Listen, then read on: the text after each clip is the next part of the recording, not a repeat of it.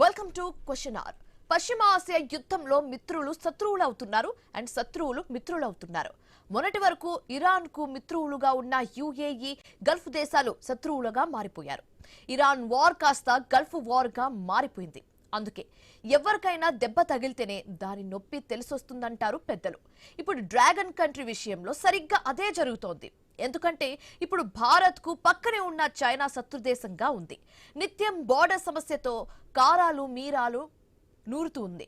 అలాంటిది పశ్చిమాసియా యుద్ధం తరుణంలో చైనా కొత్త పల్లవి అందుకుంది.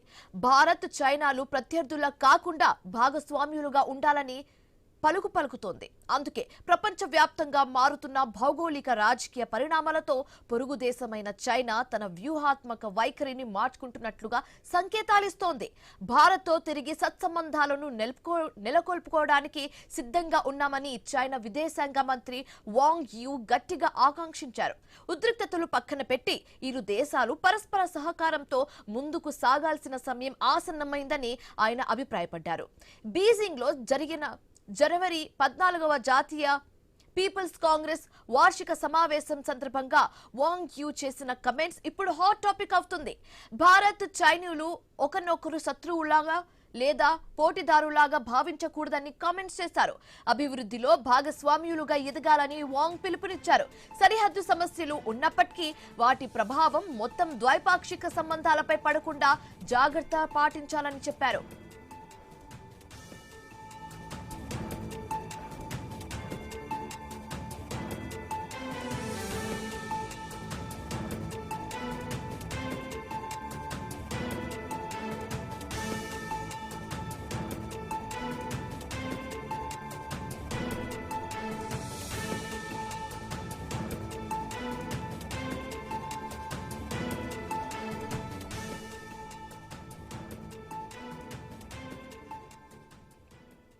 ప్రస్తుతం చైనా తీవ్రమైన ఆర్థిక సవాళ్లను ఎదుర్కొంటుందన్న టాక్ వినిపిస్తోంది.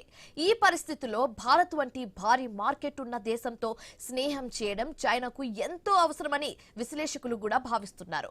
ఆసియా ఖండంలోని రెండు అగ్రరాజ్యాలు ఏకతాటిపైకి వస్తే ప్రపంచ రాజకీయాల్లో పెను మార్పులు వస్తాయని వాంగ్ యూ భావన వ్యక్తం చేశారు. అయితే సరిహద్దుల్లో శాంతి నెలకొల్పేటప్పుడు ఈ స్నేహపూర్వక మాటలకు అర్థం ఉంటుందని భారత్ గతంలోనే స్పష్టం చేసిన విషయాన్ని ఈ సందర్భంగా గుర్తు చేసుకోవాలని చెప్పారు. భారత్ తో స్నేహం కోసమే కాదు, అమెరికా పైన కూడా వాంగ్ కమెంట్స్ చేశారు. ఎక్కువ సైనిక బలం ఉన్నంత మాత్రాన యుద్ధం చేసేందుకు ఇది సరైన కారణం కాదంటూ ట్రంప్ తీరును తప్పుపట్టారు. మరో వాదన కూడా ఉందంటున్నారు విశ్లేషకులు. ఇరాన్ తో పాటు యుఏఈ గల్ఫ్ దేశాలకు పెద్ద మొత్తంలో ఆయుధాలను సప్లై చేస్తుంది కూడా చైనానే అన్న నిజం ప్రపంచానికి మొత్తం తెలుసు. అలాంటిది నిఘా విషయంలో ఇరాన్ కొంత ఫెయిల్యూర్ అయిందన్న టాక్ వినిపిస్తుంది. అందుకే ఇండియాతో స్నేహ గీతం మొదలుపెట్టిందన్న భావన కలుగుతోంది. 面对陷入战火的中东，我想说的是，这是一场本不应该发生的战争，也是一场对各方都没有好处的战争。面对陷入战火的中东，我想说的是，这是一场本不应该发生的战争，也是一场对各方都没有好处的战争。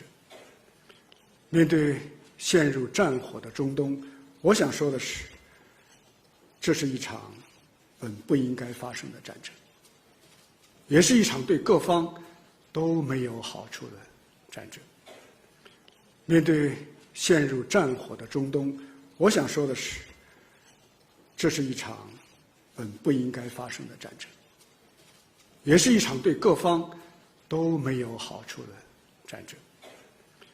面对 మరి చైనా ఆయుధ సంపత్తి సంగతి ఏంటి? చైనా ఎందుకు స్నేహ గీతం పాడుతుంది? భారత్ విషయంలో చేసిన ప్రకటనలను నమ్మొచ్చా?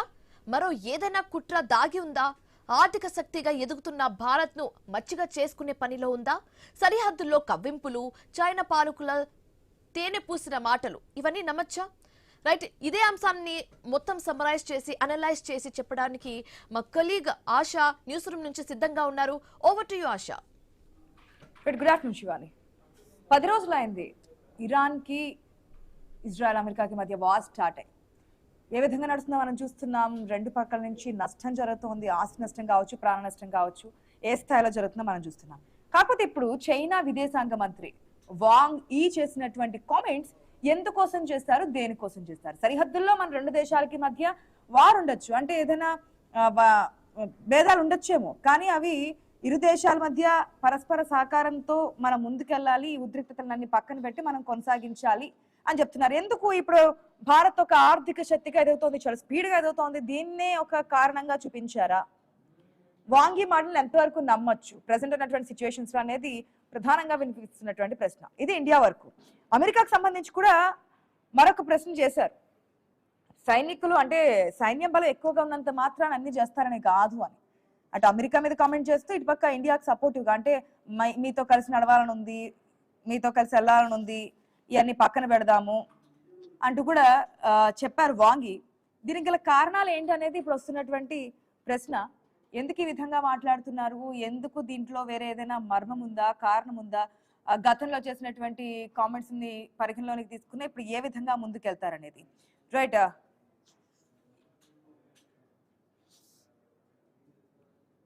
మనతో వాడడానికి కార్తిక్ గారు ఉన్నారు, పొలిటికల్ అనలిస్ట్. నమస్తే అండి, గుడ్ ఆఫ్టర్నూన్ కార్తిక్ గారు. నమస్కారం అండి. కార్తిక్ గారు, రోజుకు ఒక మలుపు తిరుగుతోంది.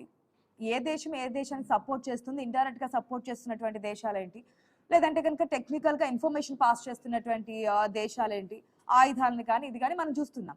కానీ ఇప్పుడు చైనా చెప్తున్నటువంటి కామెంట్ ని ఏ విధంగా చూడాలి? మన సరిహద్దుల్లో ఉన్నటువంటి విభేదాలను పక్కన పెట్టి మనం ముందుకు వెళ్దాము, కలిసి వెళ్దాము అని చెప్పడానికి కారణం ఏమనుకోవచ్చు? ఇది నిజంగా నమ్మశక్యంగానే ఉందా? మనస్ఫూర్తిగా విదేశాంగ మంత్రి వాంగి చేసిన కామెంట్స్ ఎట్లా చూడొచ్చు అంటారు? నిజానికి ప్రపంచం అంటే జియో పాలిటిక్స్ అనేది ఒక మహానాటకం. ఇక్కడ ఎవరి పాత్రలు వాళ్ళకు ఉంటాయి. ఒక భారతదేశం తప్ప ఇంకే దేశం కూడా ఈ జియో పాలిటిక్స్ లో మాట మీద నిలబడే దేశం అని చెప్పుకోవడానికి లేదు. ప్రపంచంలో వాళ్ళ కోణాల నుంచే, వాళ్ళ అవసరాల నుంచే ప్రపంచాన్ని చూస్తూ ఉంటాయి అన్ని దేశాలు కూడా. ఒక మన దేశం మాత్రమే అందరూ బాగుండాలి, అందరితో మనం ఉండాలి అని అనుకుంటాం. ఈవెన్ దో మన విధ్వంసాన్ని పొద్దున వేస్తే కాంక్షించే పాకిస్తాన్ తో కూడా మనం చర్చ జరపడానికి ఏమాత్రం వెనకాడం. పాకిస్తాన్ కూడా బాగుండాలని కోరుకునే ఏకైక దేశం మనం.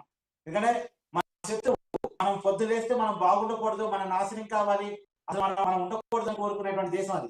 కానీ ఆ దేశంతో కూడా వీలైనంత వరకు సయోధ్య కుదుర్చుకుందామని ఒక టైంలో పాకిస్తాన్ జరిపొచ్చారు. వాళ్ళ బుద్ధి మారలేదు, వంకర బుద్ధి, అది మనం ఏం చేయలేము. కానీ ఏదైనా ఒకటి మన డిప్లొమసీ చెప్పి ఎలా ఉంటుందంటే అంతలో బాగుందా ఉన్నట్టే ఉంటుంది.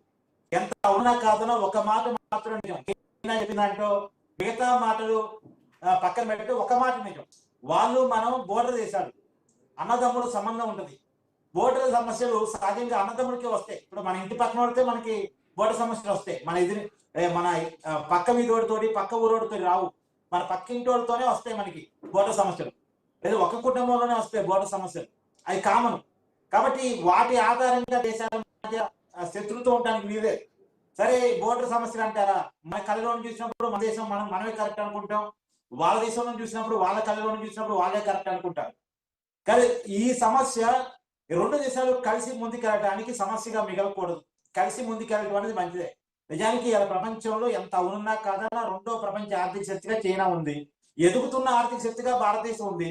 ఈ రెండు కలిస్తే అమెరికా లాంటి దేశాలకి ముక్కు కళ్ళం వేయొచ్చు. ఎందుకంటే ఎప్పుడు ఎలా మారతారో తెలియదు, ఎప్పుడు ఎలాంటి టారిఫ్లతో బెదిరిస్తారో తెలియదు. డాలర్ ఆధిపత్యాన్ని చూపించుకొని చిన్న దేశాలను, ఎదుగుతున్న దేశాలను, అభివృద్ధి చెందుతున్న దేశాలను బ్లాక్ మెయిల్ చేసేటువంటి పరిస్థితులు ఉన్నటువంటి సమయంలో కలిసి ఉంటాం అనేటువంటిది ఒక మంచి పరిణామం. గతంలో కూడా మనం ట్రంప్ మన ఇబ్బంది పెట్టినప్పుడు మన మోడీ గారు వ్యవహరించిన విధానం కూడా ఇదే. అప్పుడు చైనా మనం కలుపుకున్నాం, చైనా మన మోడీ గారు వెళ్ళారు. అప్పుడు రష్యాతో మన బంధం మరింత పెంచుకున్నాం, ప్రపంచంలో ప్రత్యామ్నాయం చూసుకున్నాం. ఖచ్చితంగా ఇప్పుడు ఉన్నటువంటి అమెరికా ఆధిపత్య ధోరణి, ప్రస్తుతమైనటువంటి ట్రంప్ వైఖరి ఫలితంగా మిగతా దేశాలతో మన సంబంధాలు మెరుగుపడటం అనేటువంటిది మన డిప్లొమసీలో మంచిది. అయితే వాంగి చేసిన కామెంట్స్ ఒక రకంగా చూసుకుంటే రెండు దేశాల మధ్య సరిహద్దు సంబంధాలు కాదు, స్నేహ గీతంతో ముందుకెళ్తాము, రెండు దేశాలు గనక కలిసి ముందుకెళ్తే బాగుంటుంది అంటున్నారు. మరి బార్డర్ లో ఉన్నటువంటి ప్రాబ్లమ్ సొల్యూషన్ కాకుండా ఎట్లా అనేది ఇది కాకుండా మిగతా వాటిని చూద్దామంటే ఇది క్లియర్ అయినప్పుడు కదా మిగతా వాటి గురించి మీరు ఇంతకుముందు చెప్పారు. మన పక్క వాళ్ళతో వస్తే ఏ ఇష్యూస్ వచ్చినా ఏ గొడవలు వచ్చినా అట్లాంటిది పొరుగు దేశం మన సరిహద్దు మన బోర్డర్స్ లో ఉన్న వాటి గురించే కదా వచ్చేది. దాని గురించి కాకుండా మిగతా వాటి గురించి మాట్లాడుతూ మన స్నేహంగా ఉందాము, కలిసి వెళ్దాము, సరిహద్దు సంబంధాల గురించి కాదు, సరిహద్దు ఇష్యూస్ గురించి కాదంటున్నారు. యాక్చువల్గా ఏంటంటే బోర్డర్ సమస్యలు అనేది అంత ఈజీగా పరిష్కారం కావండి. ఎందుకంటే నేను ఇందా చెప్పినట్టు ఎవరి కళలోంచే వాళ్ళ ప్రపంచం అంటే వాళ్ళ దేశాన్ని చూస్తూ ఉంటారు, వాళ్ళ కళలోంచే చూస్తూ ఉంటారు సమస్యని. కాబట్టి ఇది అంత ఈజీగా పరిష్కారం కావు. కానీ ఆ సమస్య కలిసి ముందుకు వెళ్ళడానికి ఎప్పటికీ కూడా ఇది కాకూడదు. అంటే అవి కూడా పరిష్కారం అవుతుంది, అంతకు మించినటువంటి మంచిది లేదు. కాబట్టి చైనా అప్పుడప్పుడు కవ్విస్తూ ఉంటది అరుణాచల్ ప్రదేశ్ వాళ్ళ బోర్డర్ అంటే వాళ్ళ దేశ భూభాగంలో చూపించుకుంటూ, లేదు ఇతర ఈశాన్య రాష్ట్రాలని వాళ్ళు కబలిస్తున్నట్టుగా వాళ్ళ మ్యాప్స్ లో చూపించుకుంటూ కొంత కవ్విస్తూ ఉంటది. ఈ కవ్వింపు ద్వారా అందుకని అన్నారు అంటే చైనా వైఖరి మంచిదే కానీ ఖచ్చితంగా నమ్మటానికి లేదు.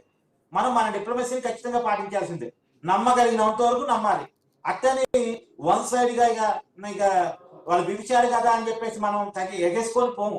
మన పద్ధతులు మనకుంటే, మన విధానాలు మనకుంటే, మనం ఎంతవరకు ఉండాలో మనకు అంతవరకు తెలుసు. ఏ దేశంతోనే మనం మంచిగా ఉండాలని చూస్తాం, కానీ ఎంతవరకు ఉండాలి, ఏ మేరకు ఉండాలి, ఆ మేరకే ఉంటాం. అందుకని చెప్తున్నా ఆ బోర్డర్ సమస్య ఎప్పటికీ ఉంటుంది. అది ఇవాళ సమస్య ఇప్పుడు పుట్టింది కాదు, ఇప్పుడు పరిష్కారం అయ్యేది కాదు. అది కొన్ని టైం పట్టింది. ఆ టైం పట్టడం అంటున్నది ఆలోచించే వ్యక్తులను బట్టి ఉంటుంది. మేబీ చైనా అని అంత ఈజీగా నమ్మడం ఆ సమస్యకి పరిష్కారం ఇవాళకి దొరికిందని చెప్పలేము. అంత మాత్రాన చైనా నమ్మలేం కాబట్టి ఇప్పుడు ఈ కామెంట్స్ చేయడానికి కారణం ఏమనుకోవచ్చు, ఒక పక్కన వార్ జరుగుతోంది, అది కూడా చాలా తీవ్రత ఏ స్థాయిలో ఉందో మనకు కనిపిస్తుంది. ఇటువంటి సమయంలో చైనా స్నేహ గీతం లేదంటే స్నేహ హస్తం అందిస్తాము ఇవన్నీ పక్కన ఇప్పుడు మాట్లాడడానికి కారణం ఏమనుకోవచ్చు? ఇండియా ఎదుగుతున్నటువంటి తీరును చూసా, లేదంటే ఇంకేదైనా బలం కోసమా, అమెరికా మీద ఉన్నటువంటి కోపంతో ఎట్లా చూడొచ్చు అంటారు? అంటే మేబీ నేను అనుకోవటం ట్రంప్ మొన్న కామెంట్ చేశాడు, సరే ఇరాన్ అయిపోయిన తర్వాత క్యూబా మీద పడతారని. క్యూబా కొద్దిగా లెఫ్టిస్ట్ కంట్రీ, కమ్యూనిస్ట్ భావాజాలం ఉన్నటువంటి కంట్రీ. గతంలో వెనుజులా మీద ట్రంప్ పడ్డప్పుడు కనీసం చైనా అడ్డం రాలేదు అన్నటువంటి విమర్శ చైనా మీద ఉంది. సో ఇప్పుడు ఇరాన్ విషయంలో కూడా చైనా రష్యా ఎందుకు కనీసం మెతక వైఖరి అవలంబిస్తున్నా, ఎందుకు అడ్డు రావట్లేదు అనేటువంటి వాళ్ళ మీద విమర్శ ఉంది. కాబట్టి రేపు పొద్దున క్యూబా మీదకి వచ్చినప్పుడు కూడా రాకపోతే ఏంటి? పైగా ఒక మాట చెప్పాడు ఇంతకుముందే ట్రంప్, గ్రీన్లాండ్ ఎట్టి పరిస్థితులు నాకు కావాల్సిందే అంటాడు. పైగా చైనా తైవాన్ మీదకి వచ్చినప్పుడు చైనా మీదకి నేను రావడానికి వెనకాడను అని కూడా మన స్టేట్మెంట్ ఇచ్చారు. సో ఎట్టి పరిస్థితుల్లో ఏదైనా అమెరికా నుంచి తనకున్నటువంటి ప్రమాదాన్ని చైనా గుర్తిస్తుంది. ఆల్రెడీ మనలాగే టారిఫ్ల విషయంలో చైనా కూడా కొంత అమెరికా నుంచి సఫరింగ్ అవుతుంది. సో తనకి మద్దతు కావాలి, తనకి ఫ్రెండ్స్ కావాలి, అమెరికా వ్యతిరేకతను ప్రపంచం నేను కూడా తీసుకోవాలని చెప్పేసి ఆలోచనతో చైనా ఇలా మాట్లాడి ఉండొచ్చు. నేను అనుకోవడం 2027లో వాళ్ళ టార్గెట్ ప్రకారం వాళ్ళు తైవాన్ ఆక్రమించడానికి వెళ్తారు. తైవాన్ ఆక్రమించడానికి వెళ్ళేటప్పుడు ఖచ్చితంగా తైవాన్కి సపోర్ట్ గా అమెరికా వస్తుంది. అప్పుడు అమెరికా తోటి చైనా ప్రత్యక్షిత్యాన్ని కూడా చేయాల్సి రావచ్చు. కాబట్టి అప్పుడు చైనాకి సపోర్ట్ అవసరం కదా. అందుకని ఆ వైఖరి తోటి ఇప్పుడు కొంత మన సపోర్ట్ చేస్తారని మాట్లాడుతుందేమో అనుకుంటున్నాను. కార్తీక్ గారు, ఓకే, ఇప్పుడు యుఎస్ మీద ప్రతీకారమో లేదంటే క్యూబా నెక్స్ట్ టార్గెట్ క్యూబా అన్నారు కాబట్టి అంతవరకు వస్తే ఏంటని అనుకోవచ్చు. కానీ ఇక్కడ ఇండియా స్టాండ్ ఏ విధంగా ఉంటుంది అనుకోవచ్చు? ఎందుకంటే ట్రంప్ ఆల్రెడీ మాట్లాడారు, రష్యా నుంచి చమురు కొనుగోలు కూడా ఆపేశారని చెప్పి మాకు మాట ఇచ్చారని చెప్పి డైరెక్ట్ గా ట్రంపే చెప్పినటువంటి కామెంట్స్ మనం చూసి, ఇటువంటి సందర్భాల్లో ఇరాన్ చెప్తున్నటువంటి కామెంట్స్ ని ఏదైతే చైనా విదేశాంగ మంత్రి వాంగి చేసినటువంటి కామెంట్స్ ని ఇండియా ఎంతవరకు రిసీవ్ చేసుకుంటుంది అనుకోవచ్చు? ప్రతిసారి లాగే కామ్ గా ఉండి ఏదైనా మనం కామ్ గానే చూద్దాము, సైలెంట్ మోడ్ లోనే వెళ్ళి చేయాల్సింది చేద్దాం అనే విధంగా ఉంటుందా, లేదంటే కనుక ఏదైనా రియాక్ట్ అయ్యే ఛాన్స్ ఏమన్నా ఉంటుంది అనుకోవచ్చా? చాలా విషయాల్లో మౌనమే మన డిప్లొమసీ. ఇప్పుడు మన రెచ్చగొట్టడానికి ట్రంప్ గతంలో ఎన్ని వ్యాఖ్యలు చేశాడు, కానీ మన వాళ్ళు ఏమైనా కౌంటర్ ఇచ్చారా? మన మోడీ గారు కానీ మన కేంద్ర మంత్రులు కానీ ఏమైనా కౌంటర్ ఇచ్చారా? సో వాళ్ళు స్నేహగీతం పాడినప్పుడు, వాళ్ళు మన రెచ్చగొట్టడానికి ప్రయత్నం చేసినప్పుడు మౌనంగా ఉండి మనం చేయాల్సిన పని మనం చేసుకుంటూ పోతాం. అవతల వాళ్ళ వైఖరిని గమనించుకుంటూ అనే మాటలకి చేష్టలకి మధ్య ఉన్నటువంటి తేడాన్ని మనం చూసుకుంటూ, మాటలతో పాటు చేష్టలు కూడా మనకి పాజిటివ్ గా ఉన్నాయి అనుకోండి, వాళ్ళతో కలిసి ముందుకెళ్తాం. చేష్టలు లేవు అనుకోండి, మనకు కావాల్సిన ప్రచారాన్ని మనం చూసుకుంటాం. అంతేగాని ఒక దేశంతో కవ్వింపు దూరంతో కానీ ఒక దేశంతో అతిగా ఫ్రెండ్షిప్ చేయాలని నాకు ఉద్దేశంగా మనకు ఉంటుంది. మనం ఎవరి పక్షం కాదండి.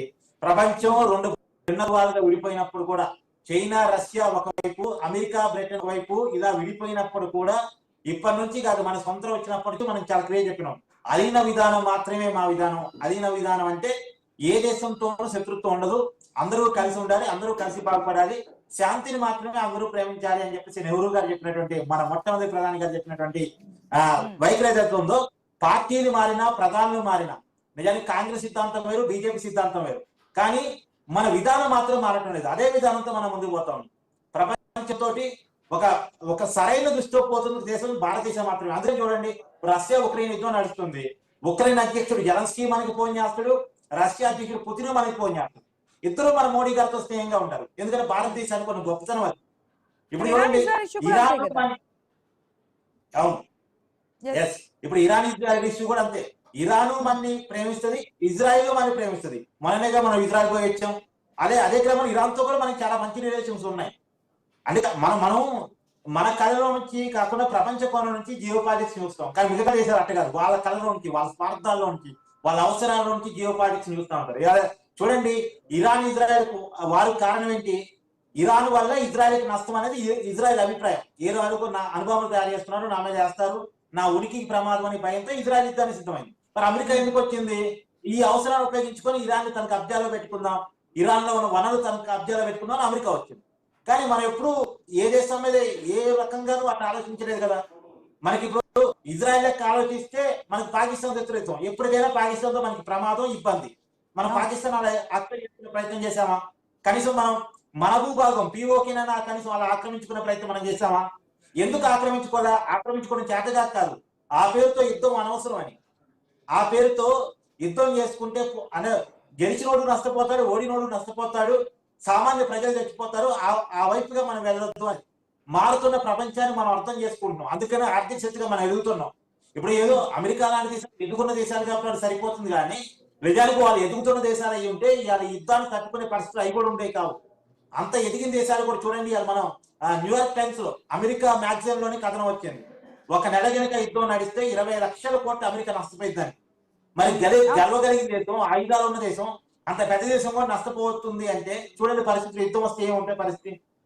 అందుకని యుద్ధాన్ని మనం ప్రేమించాం, శాంతిని మాత్రమే ప్రేమిస్తాం. మన గాంధీ గారు చెప్పినటువంటి సిద్ధాంతం మనకి సాధారణంగా మనం ఈ కామెంట్, ఈ సామెత రాజకీయాల్లో చూస్తుంటాం. శాశ్వతంగా శత్రువులు, శాశ్వతంగా మిత్రులు ఎవరు ఉండరు.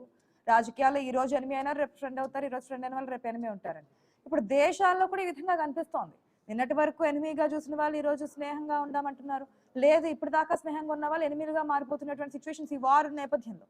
ఇటువంటి పరిస్థితుల్లో మనకి ట్రంప్ వైఖరి తెలుసు. గత కొన్ని రోజుల నుంచి, లేదంటే రెండోసారి అధ్యక్ష బాధ్యతలు చేపట్టినప్పటి నుంచి ట్రంప్ తీసుకున్నటువంటి వైఖరి కావచ్చు, చెప్తున్నటువంటి మాటలు కావచ్చు. సో ఇప్పుడు చైనా ఏదైతే చేసిన కామెంట్స్ ఉందో, విదేశాంగ మంత్రి వాంగ్ యీ చేసిన కామెంట్స్ ఉందో, దీనికి భారత్ కనుక సపోర్ట్ చేస్తూ మాట్లాడితే ట్రంప్ వైఖరి ఎట్లా ఉంటుంది అనుకోవచ్చు. ఇప్పటికే ఆఖరికి ఈ టారిఫ్ సంబంధించి సుప్రీంకోర్టు చెప్తేనే దానికి రివర్స్ లో మాట్లాడారు కదా, ఏ విధంగా మాట్లాడతారు, నేను ఇంకా ఎక్కువ టారిఫ్లు వేస్తాను ఇదే అని చెప్పేసి. సో ఇప్పుడు చైనా గనక ఈ విధంగా ముందుకెళ్తే, దానికి మన భారత్ గనక ఎంతో కొంత ఇదే మౌనంతో ఉండి సపోర్ట్ చేస్తూ ఉంటే, యుఎస్ అంటే అక్కడ ట్రంప్ నుంచి రియాక్షన్ ఏ విధంగా ఉంటుంది అనుకోవచ్చు? ట్రంప్ ఫ్రస్ట్రేషన్ గురవుతాడు, ఖచ్చితంగా కామెంట్ చేస్తాడు. గతంలో మనం చైనా మన ప్రధాని వెళ్ళినప్పుడు కామెంట్ చేశాడు కదా, వాళ్ళందరూ డెడ్ ఎకనామీస్, వాళ్ళందరూ మునిగిపోయే దేశాలు, భారతదేశం వేస్ట్ దేశం, మోడీ గారు మంచి నాయకుడే కానీ మంచి వాణిజ్యవేత్త కాదు, ఇది రకరకాల కామెంట్ చేశారు కదా. అలాంటి కామెంట్స్ చేస్తుంటాడు, ప్రత్యేక కామెంట్ చేస్తూ ఉంటాడు. సరే, మనం మౌనంగానే ఉండి ఏ దేశంతో ఇప్పుడు ఆ కామెంట్ చేసిన వ్యక్తి మన భారతదేశంతో ఒప్పందం చేసుకున్నాడుగా. ఇప్పుడు ఆ రోజు ఆ కామెంట్ చేశాడు, అదే ట్రంప్ మళ్ళీ భారతదేశంతో వాణిజ్య ఒప్పందానికి వచ్చాడుగా. సో కాబట్టి మనం ఏమంటామంటే, ప్రపంచంలో అందరికీ మనం అవసరం. మనం లేకుండా బిజినెస్ ఏ దేశం సాగించలేదు. ఈ ప్రపంచంలో అత్యధిక మానవాళులు ఉన్న దేశం భారతదేశం, అందులో యువత ఎక్కువగా ఉన్న దేశం భారతదేశం. భారతదేశానికి ఉన్నటువంటి సంపద యువత, అందులోనూ టెక్నాలజీ ఉంది, చదువు ఉంది, ఆలోచన ఉంది, మేధశక్తి ఉంది. మనకున్న మేధశక్తి అమెరికాకు కూడా లేదు. ఇక అమెరికా డెవలప్మెంట్ మన భాగం. సో మనతో ఏదో మనం బ్లాక్మెయిల్ చేయాలనో, మనం బెదిరించాలనో అనేది అంటారు తప్ప, మనతో పెట్టుకోవాలని ఏ దేశం అనుకోదు. ఇప్పుడు నిజానికి అమెరికా మన దేశం మీద ఎక్కువ సుంకాలు వేసి నిజంగా మనతో వైరం పెట్టుకొని మనకున్న సంబంధాలు తెంచుకుంటే ఎవరికైనా నష్టం? అమెరికా 130 కోట్ల మంది కస్టమర్స్ లూజ్ అవుతుంది. అంటే మన భాషలో జనాభా అంటే వాళ్ళ భాషలో కస్టమర్స్ అనుకుంటారుగా. మనం కనుక అమెరికా ప్రొడక్ట్స్ అని బ్యాన్ చేస్తే, అమెరికా బిజినెస్ బ్యాన్ చేస్తే అమెరికా బిజినెస్ నడిచే అవకాశం ఉంటుందా? ప్రపంచంలో అమెరికా 1/12 మనమే. అంటే మొత్తం అమెరికా చేసే బిజినెస్ లో ఒక 12% మన దగ్గరే చేస్తున్నారు. ఇంకా ఎక్కువ ఓపెన్ లెక్కలో చూడాలనుకున్నప్పుడు ఇప్పుడు అది అంతగా భారతదేశంలో పెట్టుకోవాలనుకుంటారా? రెండోది, అమెరికా డెవలప్మెంట్ ఒక పావల మందే, ఒక పావల యువత మందే. ఆ పావలాన్ని అమెరికా లూజ్ కావాలనుకుంటుందా? కాబట్టి నేను అనుకుంటాం భారతదేశానికి ఉన్నటువంటి గొప్ప మేధశక్తి, గొప్ప యువత, గొప్ప మానవ వనరులు, భారతదేశానికి ఉన్నటువంటి గొప్ప ఆలోచన తీరు, భారత పాలకులకు ఉండే ఆలోచన తీరు, ఏ దేశంతో మన వివాదాలకు వెళ్ళొద్దు అనేటువంటి తీరు ఏదైతే ఉందో అదే మన అందరినీ అభినందించేటట్టు చేస్తుంది. ఇవాళ మన మీద కోపంతో ఉన్నవాడు కూడా నేను మన దగ్గరికి వస్తాడు. కార్తిక్ గారు, ఓకే, వాంగి చేసిన కామెంట్స్, ఏ దేశమైనా ఒక కామెంట్ లేదంటే ఒక ప్రతిపాదన, ఒక ఒప్పందాన్ని ముందు తీసుకొచ్చారంటే ఆ దేశం యొక్క స్వలాభము, ఎంతో కొంత ప్రయోజనాన్ని చూసుకునే ముందుకు వస్తారు. లేదంటే ఆ దేశానికి ఏ ఉపయోగం లేదనుకుంటే కనుక ఎవరితోని మాట్లాడరు, ఏది జరగదు, శత్రుత్వాన్ని అట్లా కంటిన్యూ చేస్తుంటారు. మనం గతంలో కూడా చూసాం. ఇప్పుడు ఏదైతే వాంగి చేసిన కామెంట్స్ ఒకవేళ ఆ దేశానికి ప్రయోజనకరంగా ఉంటే మన దేశానికి ఎంతవరకు యూజ్ అయ్యే విధంగా ఉంటాయి? ఏ విధమైన ప్రయోజనాలు ఉంటాయి చైనాతో కనుక సత్సంబంధాలు కొనసాగిస్తే? మనకి బోర్డర్లో శత్రువుగా చైనాను భావిస్తున్నాం. చైనాతో కనుక మంచి రిలేషన్స్ ఏర్పాటు చేస్తే చైనాకు బోర్డర్ ఇష్యూస్ క్రియేట్ చేయకుండా ఉండొచ్చు కాక. రెండోది ఏంటంటే చైనాతో ఇచ్చిపుచ్చుకునే ధోరణి కనుక ఉంటే ఇదే ప్రపంచంలోనే అత్యధిక ప్రొడక్షన్ ఉన్నటువంటి దేశంగా చైనా ఉంది. సో ఆ చైనా ఉన్నటువంటి టెక్నాలజీని మనం అడాప్ట్ చేసుకోవడానికి అవకాశం ఉంటుంది. కాకపోతే చైనా రష్యా లాగా కాదు. చైనా రష్యా రెండు కమ్యూనిస్ట్ కంట్రీస్ అయినప్పటికీ కూడా రష్యా లాగా నమ్మదగిన దేశం కాదు. రష్యా మనకి టెక్నాలజీని ఇచ్చి మనకి తయారు చేపించి తర్వాత ఆ టెక్నాలజీని మనతో వదిలేసి వెళ్ళిపోద్ది. కానీ చైనా అలా కాదు, తన స్వార్థం మాత్రమే, కన్నింగ్ నేచర్ ఎక్కువ. సరే, కన్నింగ్ నేచర్ గురించి మనకు తెలుసు కాబట్టి ఎంతవరకు ఉండాలో అంతవరకే ఉండి మనం చైనాతో ఉండే రిలేషన్స్ అటు మెయింటైన్ చేసుకోవడం చాలా మంచిది, బోర్డర్ కాబట్టి. రెండోది, చైనాకు పాకిస్తాన్ కు బంధాలు తెంపగలిగితే ఇంకా చాలా మంచిది. ఇలా చూడండి, మొన్న యుద్ధంలో కూడా పాకిస్తాన్ కొంత చైనా వనరులు పోయాయి, చైనా ఫండింగ్ పోయింది, చైనా ఆయుధాలు పోయాయి. కాబట్టి ఆ రెండు దేశాల మధ్య ఉన్నటువంటి సంబంధాన్ని పెంచడానికి దాన్ని ఉపయోగించుకుంటే బాగుంటుంది. రెండోది, ఒక ఆసియా కంట్రీస్ కూడా, అంటే ఈ ప్రపంచంలో ఎక్కువ జనాభా కలిగిన దేశాలు భారతదేశం తర్వాత చైనా. ఒకప్పుడు చైనా మనకంటే మనం దాటిపోయాం. అయితే ఇప్పుడు మనము చైనా కలిస్తే భారతదేశంలో ప్రపంచంలోనే చాలా హ్యూజ్ జనాభా ఉన్నటువంటి శక్తిగా మనం ఉంటాం, మానవ వనరుల శక్తిగా మనం ఉంటాం.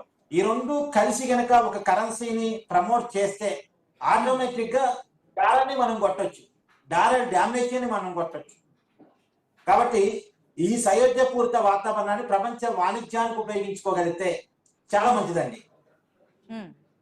ఓకే, ఇప్పుడు యుద్ధానికి సంబంధించి, ఎందుకంటే వార్ నడుస్తుంది మనకి, అటుపక్క రష్యా యుక్రెయిన్ వార్ కావచ్చు, ఇరాన్ ఇజ్రాయెల్ వార్ కావచ్చు, ఇట్లా ఎటు చూసినా యుద్ధాలే కనిపిస్తున్నాయి. కాబట్టి ఈ స్నేహహస్తం ద్వారా యుద్ధానికి ఎటువంటి సహకారం అందించే అవకాశం ఉంది? ఇటుపక్క ఇరాన్కి సంబంధించి ఎంతో కొంత అటు రష్యా కావచ్చు, చైనా కావచ్చు సహకరిస్తుందా అనేది ఇన్ఫర్మేషన్ వస్తుంది కదా.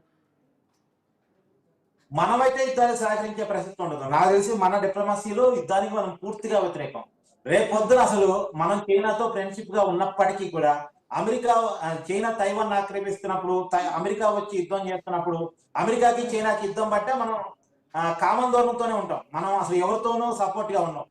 రష్యా ఉక్రెయిన్, మరి రష్యా ఎప్పటి నుంచే మనకి ఫ్రెండ్, కానీ మనం రష్యా ఉక్రెయిన్ యుద్ధంలో రష్యాకి సపోర్ట్ చేసామా? యుద్ధం వద్దని చెప్పాను తప్ప. అలా ఏముండదు మనది. చైనాతో ఫ్రెండ్షిప్ ఉన్న గారు, ఎప్పటి నుంచో మనకి నమ్మసక్యంగా ఉన్నటువంటి దేశం ఏదంటే రష్యా అని చెప్తున్నాం కదా. సో అటువంటి రష్యా విషయంలోనే ట్రంప్ ఏదైనా ఇటువంటి కామెంట్ చేస్తున్నప్పుడు చమురు కొనుగోలు చేయకూడదని చెప్పి గత నుంచి చెప్పారు. టారిఫ్స్ పెంచినా మనం లెక్క చేయలేదు, ఎంత పెంచినా సరే రష్యా నుంచి ముడి చమురు కొనుగోలు చేస్తూనే ఉన్నాం. లాస్ట్ టైం మీటింగ్ టైంలో మాత్రం ట్రంప్ బయటకు వచ్చి ఆఫ్టర్ మీటింగ్ తర్వాత చెప్పింది ఏంటి? రష్యా నుంచి చమురు కొనుగోలు చేయాలని చెప్పింది ఇండియా, మేము ఓకే చేస్తున్నాం, మేము చెప్పిన దానికి అంగీకరించింది అని చెప్పారు. మళ్ళీ మొన్న ఏదైతే సముద్రం దగ్గర ఉన్నటువంటి రష్యా ఓర్డర్ నుంచి మాత్రమే మీరు చమురు కొనుగోలు చేయాలని చెప్పారు. సో ఇక్కడ అమెరికా చెప్పిన విషయానికి, అంటే ఇప్పుడు పొలిటికల్ గా చూస్తే కనుక, పొలిటికల్ కామెంట్స్ చూస్తే కనుక పొలిటికల్ లీడర్స్ ది, అమెరికా ఏది చెప్తే దాని ప్రకారం ముందుకెళ్తున్నారు. అమెరికా కొనమంటే కొంటున్నారు, ఎక్కడ కొనాలంటే అక్కడ కొంటున్నారు, ఆపేయాలంటే ఆపేయాలంటున్నారు. సో ఇంత మిత్ర దేశంగా ఉన్నటువంటి రష్యా విషయంలో ఇటువంటి డెసిషన్ ఉంటే, మరి చైనా విషయంలో అమెరికా అడ్డు తగిలితే ఏ విధంగా ఉండబోతుంది అనేది? అంటే నేను ఏమంటానంటే ఆశ గారు, ఇప్పుడు మన ఇద్దరి మధ్య సమస్య వచ్చింది, మన ఇద్దరి మధ్య సమస్య, మనం ఒక రూమ్ లో కూర్చొని మాట్లాడుకున్నాం, ఒక కంక్లూజన్కి వచ్చేసాం.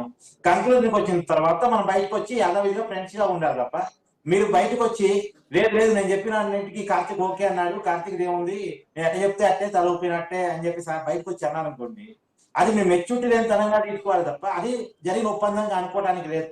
ఇప్పుడు ట్రంప్ కూడా అంతే. ఇప్పుడు ఒక దేశ అధ్యక్షుడు, అమెరికా అగ్రరాజ్యం అని చెప్తా ఉంటాం మనం, నిజానికి పెద్దగా పిలుస్తూ ఉంటాం. అలాంటి ఒక దేశ అధ్యక్షుడు వచ్చి లోపల ఇద్దరు దేశాల మధ్య, కేవలం ఒక ఇద్దరు వ్యక్తుల మధ్య జరిగిన విషయాలే బయటకు చెప్పుకున్నా మనం ఇష్టపడమే.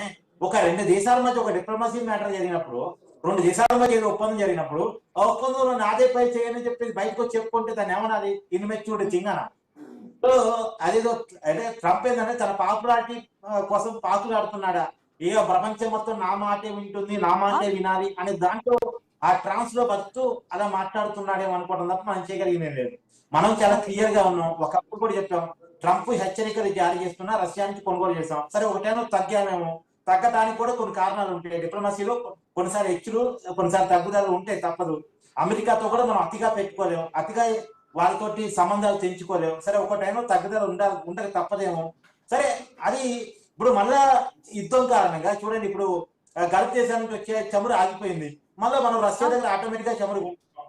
మళ్ళీ దాన్ని కూడా ట్రంప్ తన ఖాతాలో వేసుకోవడానికి నేను చెప్పాను, పర్మిషన్ ఇచ్చాను అంటే అతను కూడా పర్మిషన్ ఇవ్వడానికి మన దేశాన్ని అతను పాలిస్తున్నాడు.